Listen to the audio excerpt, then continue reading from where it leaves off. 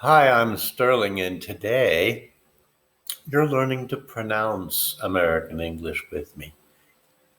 What better way could there be to learn to pronounce English without a Hispanic accent than to listen to the right way and the common wrong way to pronounce English? For example, the day is not the day, as I just read in a pronunciation guideline. Both the consonant and the vowel are different.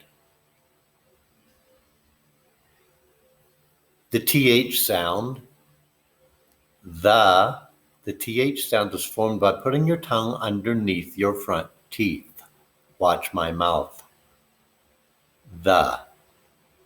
But the D sound is formed by putting the tongue on the roof of your mouth behind the teeth. Watch my mouth. D. The, D. Different sound. Watch my mouth closely and I'll pronounce both sounds in the same sentence. And listen for the difference while you watch my mouth.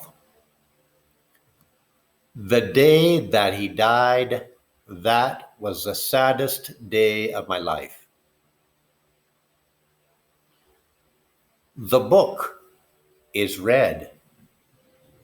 The wrong way, the book is read. I just read in a guideline for pronunciation that tells you to say it that way. Notice first the TH sound. We just did that. The tongue under the teeth, not behind the teeth. The book. And the vowel sound of double O can be pronounced two ways. Many pronunciation guidelines miss this fact that there are two double O sounds in English, a short one and a long one. This word book takes what we call the short sound. So it's book, not book. And the color is red. Raid, not raid. Red. What's my tongue doing also when I say the R? Red. Nothing. My tongue's doing nothing. The R is formed with the lips only. Red. And the tongue is not involved at all in the formation of R. And the vowel sound in the word red, this E sound is not the E sound of Spanish. It's a more open sound. The tongue is lower in the mouth. And the tongue doesn't move upwards in the middle of the vowel sound. It stays in one position. Red, not red. Red, not red. It's a subtle difference. You have to listen for it. Another example.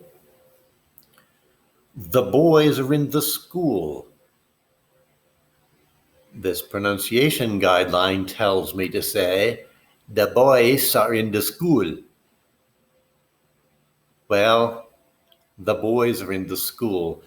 I guess you might be understood if you said the boys are in the school, but I don't think it's good to put this in a pronunciation guideline. And you can weaken your tendency to speak with a Hispanic accent if you pay attention to these linguistic details. A few other common mispronunciation examples. My sister's room. It's not my sister's room. Even the long double O sound here is more open in English than it is in Spanish. It's room, not room. Room. My sister's room, not my sister's room.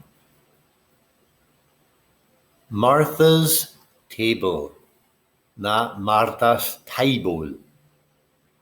table, table.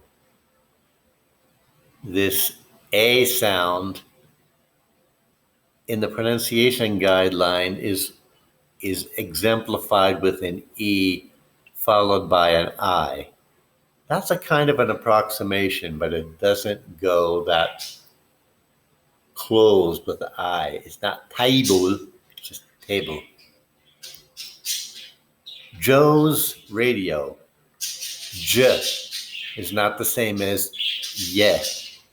It's not the same as yo, yo soy Sterling.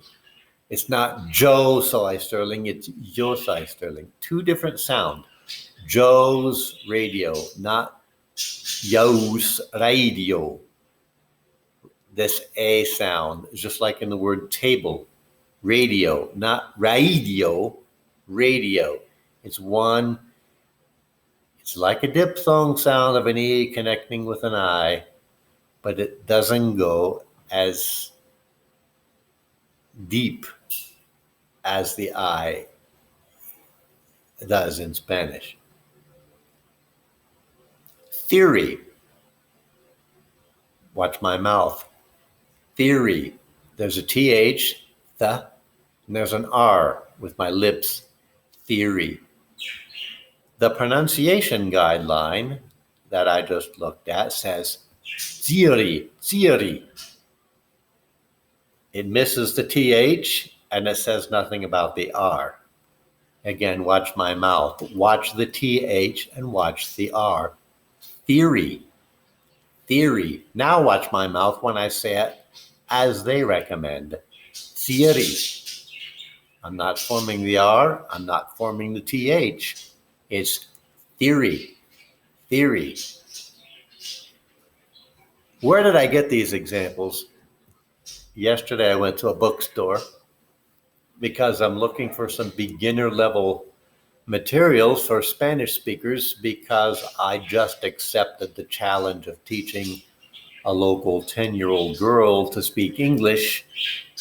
And one of the books I found is a general purpose book which gives basic facts about English from level 0, where she is, like the alphabet, the pronouns, the verb to be, the numbers up to 1,000.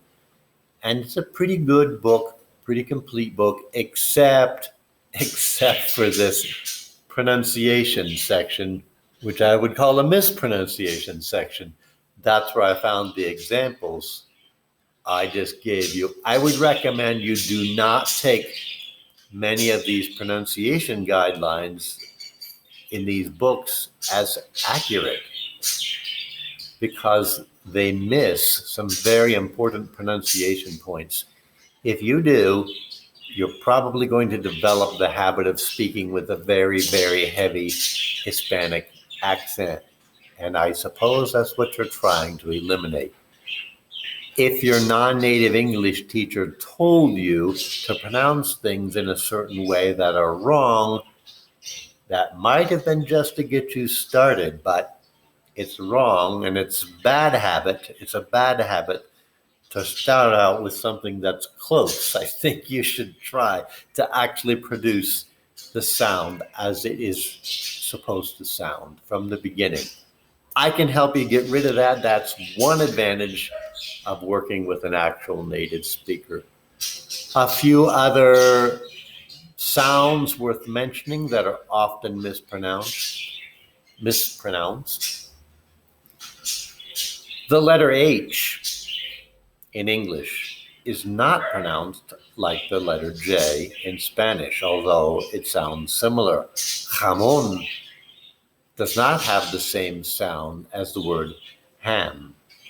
Jamón, the sound comes out with your tongue like rising up against the back of your tongue, rising against your throat. In the word ham, we don't do that. It's not ham, it's ham. The soft G sound is another one. The soft G sound in English is not the same as the letter Y, as in yo. G, not ye. G. The short vowel sound of the letter I, that does not even exist in Spanish, as in the word big or sister, like we used above. So it's not big, it's not sister. And watch the vowel sound and the R. It's big, sister. Even the long vowel sound of the letter I in English is still shallower than the I sound is in Spanish because your tongue is in a different place in your mouth. It's lower. When you speak English, your mouth is just more open, your tongue is, or your lips, nothing is ever in an extreme position. You'll learn to speak with less accent from the very beginning if you know and recognize some of these linguistic differences. Most of the accent problems are in the vowels. I was going to finish this video by saying the numbers the right way and the wrong way, but the video is getting too long. I hope you can just listen and copy to what I already said. I'll talk more about pronunciation in future videos, or you can contact me and I can coach you with your pronunciation. I can personally coach you through the sounds that you're still having difficulty producing exactly correctly. So thanks for listening. Catch you in the next of many, many videos. Bye.